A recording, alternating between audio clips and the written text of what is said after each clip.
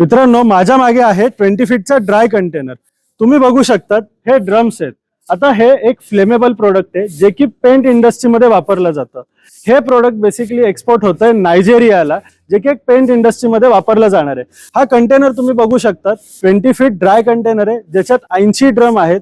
एका ड्रमची कॅपॅसिटी आहे 190 किलो.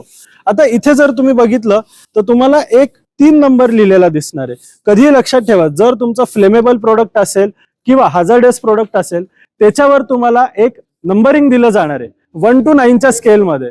जेवढा हायर नंबर तेवढं ते बेसिकली मटेरियल हँडल करायला रिस्की असणार आहे किंवा तुम्हाला काळजीपूर्वक त्याला हँडल करायचं आहे. आता ह्याचा क्लास जो मेन्शन केलाय हा 3 नंबर क्लास मेन्शन केलाय.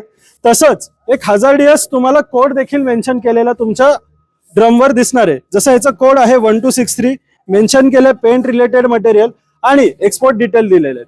आता हे सगळ्या गोष्टी चाललेल्या आहेत CFS मधनं.